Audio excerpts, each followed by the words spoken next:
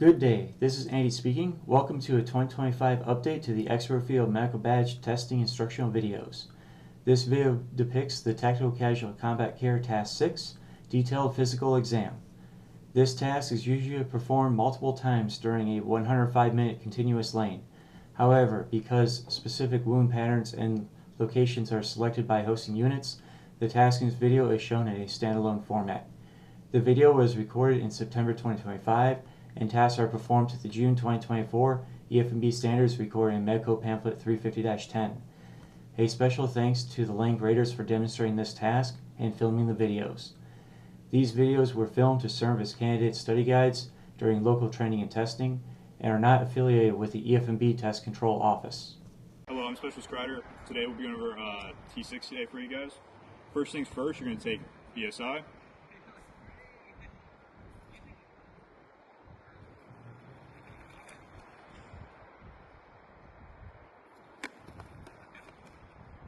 After you take body substance isolation, the very first thing you're going to take and do is visually inspect the head for DCAP BLS, which stands for deformities, contusions, abrasions, punctures, burns, and lacerations. After we inspect the head visually for DCAP BLS, we will now begin to palpate for tick over the bony portions of the skull.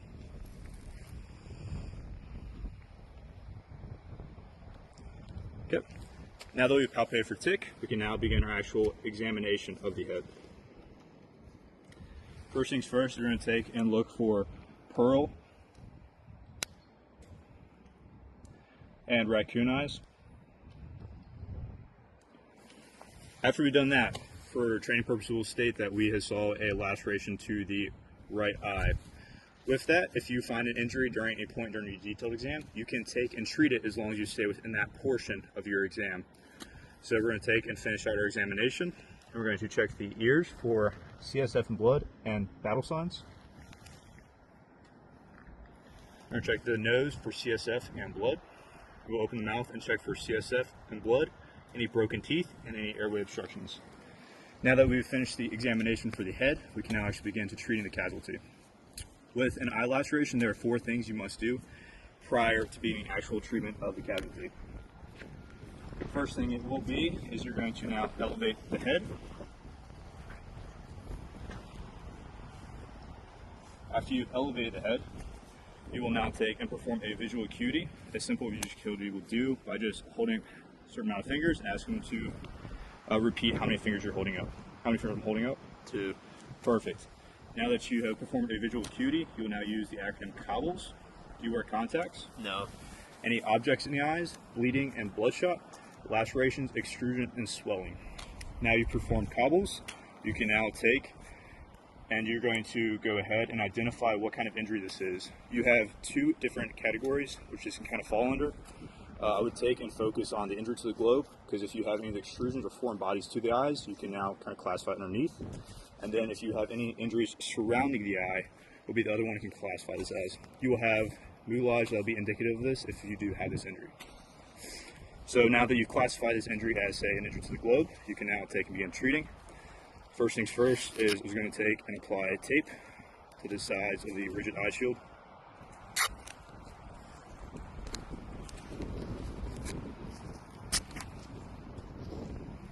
Now that you've taken and applied tape to the sides of the rigid eye shield, you can take this place and place it onto the bridge of the nose.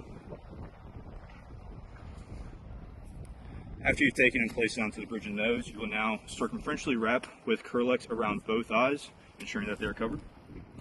Per the DA PAM, it does not state how many times it must be wrapped, as long as both eyes are fully covered.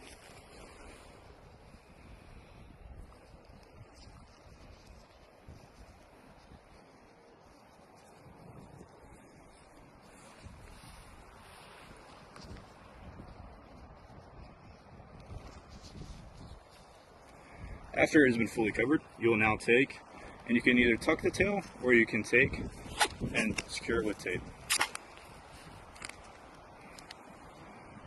So now we have completed the assessment for the head.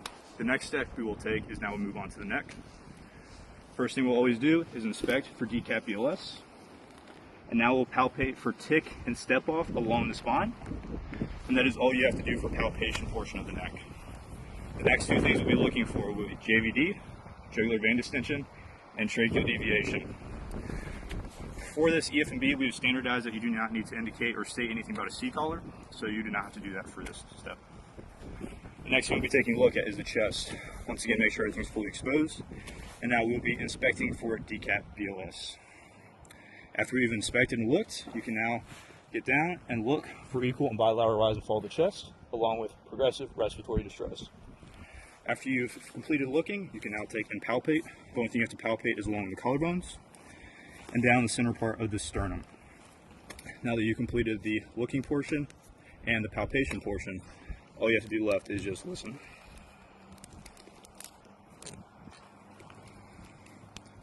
You're going to listen to the apex, apex, base, base. That concludes this portion for the chest. Okay, now that we've completed the chest portion, we can move on to the abdomen. The first thing you'll do, once again, is make sure it's fully exposed and you are inspecting for DCAP BLS. If you see no abdominal injury, then you will begin to palpate for TERD, tenderness, rigidity, and distension. Ensuring that you're palpating all 4 quadrants. Okay, now for our training value, we'll state that you did see something upon visual inspection of DCAP BLS. If you do, the first thing you need to take and do is flex the patient's legs.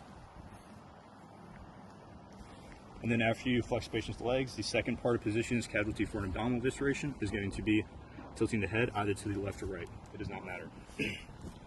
From there, you need to sit here and look for 3 things: evisceration, obvious bleeding, and distension. Now that we have positioned the casualty and we have now identified what we have going on, we're going to take and now begin treating the casualty. If you have a conscious casualty, you can ask them to help bridge their hips as you do this. Can you kind of help lift up a little bit? Yep. Appreciate it. You'll take and place any of the guts inside into the sterile bandage. And per the DA PAM, it states that they'd prefer to have a moist bandage, but if you do not have one or state that, that is okay. You cannot be gigged for it. Ensure that the bandage, as you're wrapping it, does not slide off to the left or the right. You will take and secure the hook bar on each side of the elastic bandage. After securing both sides of the bar, final step for this intervention will be securing with tape.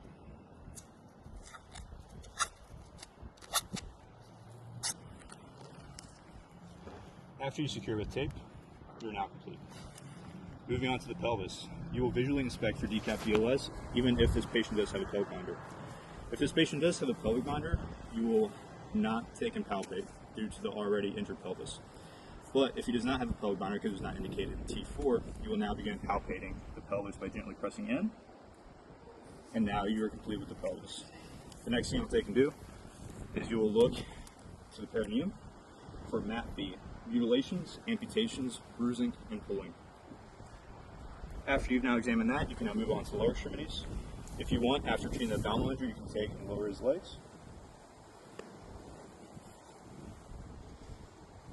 Now, once again, we will take and visually inspect for DCAP BLS. Now you begin palpating for tick. We will now check pulse. Can you wiggle your toes for me? Which will count for motor. What toe am I touching? Big toe. Big toe. Now you have suture. Once again, the other leg, we will take and visually inspect for DCAP BLS. And now we will palpate for tick.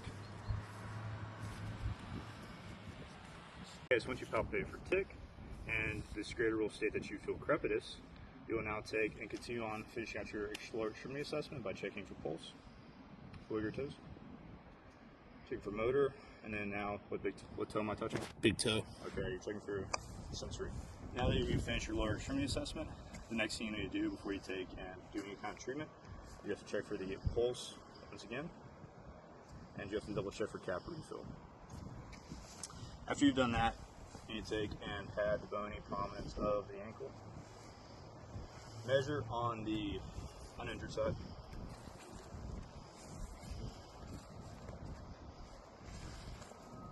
And then apply the splint to the injured portion of the leg.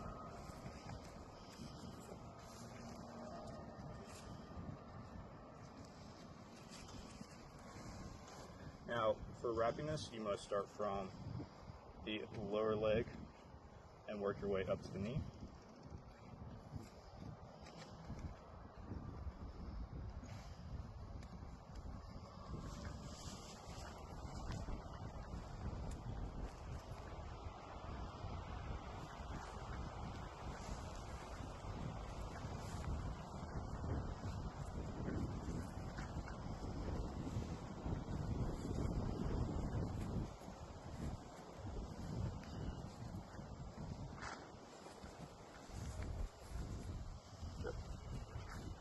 And now you finish wrapping with the A-strap, and now you will take and surgically tape.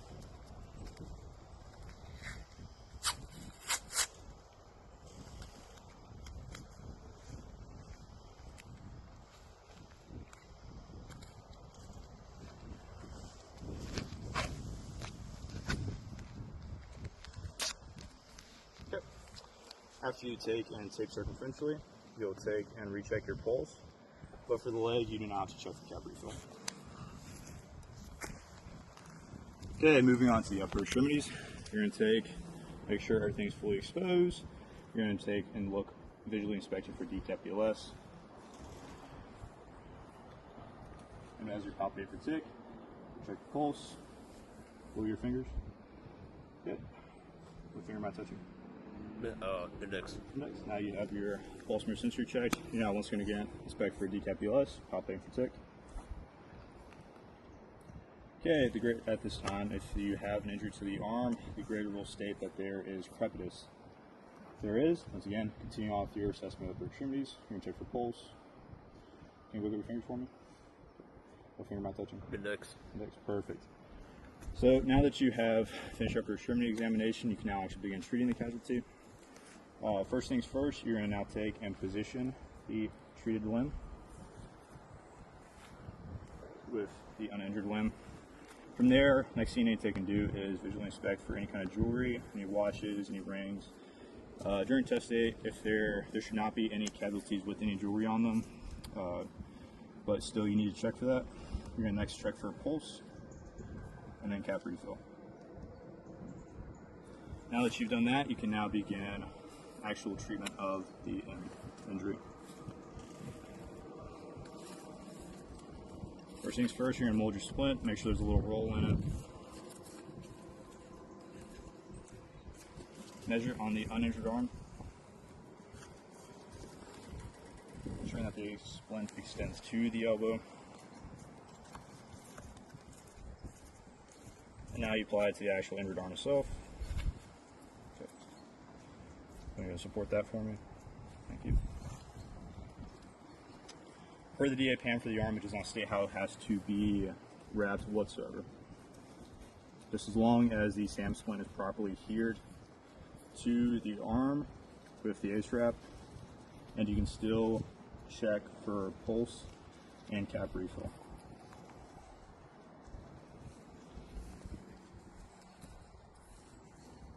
Okay. Now this is where the arm is different from the legs. For the arm, you must check for pulse and cap refill, and you must check it before you circumferentially wrap the tape. So checking pulse, and then check cap refill. And once again, the DA PAM does state that it has to be circumferential with tape.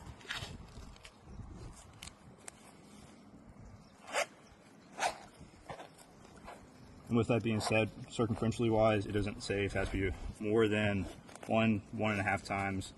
Just one full time around would be just fine. Okay, now you've adhered that to them. Next thing we'll take and do is begin slinging swathing.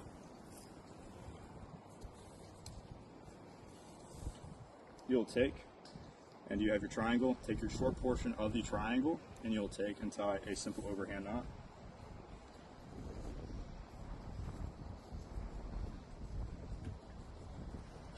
Now this will be going over top the elbow.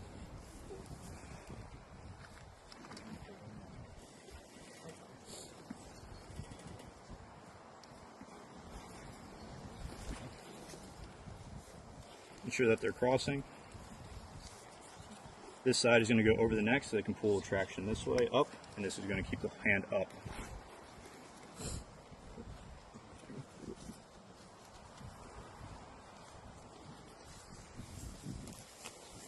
So whenever you're taking and tying this, once again, it does not state how the knots are supposed to be tied, just as long as it's not along the direct portion of the spine. And it is a just non-slip knot. Okay. Next portion you'll take and do is you'll perform the swath. Make sure you grab both long sides of your cravat instead of the short side, because then you won't be able to reach around the patient fully. You will now take and slide this underneath the weight of the patient's back. Ensuring you're not trapping the good uninjured arm. So take and slide it over the top of the elbow, just right above the hand of the injured arm. Take once again, tied, non-slip knot. Once that is complete, you do not have to take and tape up the tails and knot like you do in T1. That's not a requirement here. So during T3 and T5, you could have rolled and checked the back. If you did not do so, go ahead and do so. You'll take and roll the patient, visually inspecting for decap BLS. You'll take and palpate for tick and step off. And you will visually look for buds. At this point, you'll take and roll your patient back over in a controlled fashion.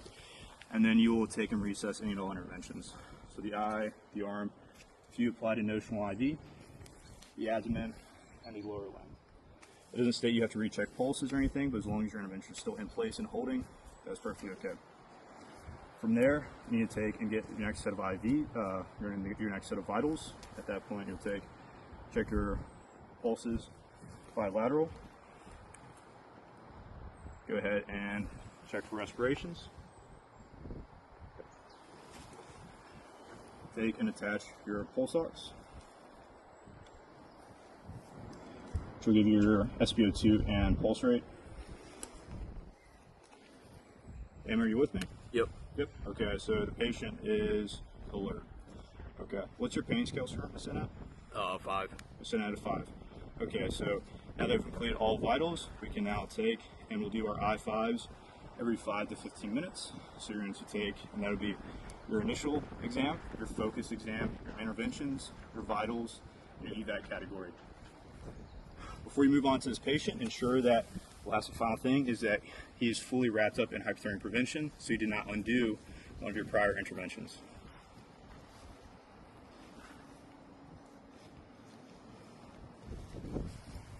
Once that is complete, you can take and now move on to your next patient and begin the process over.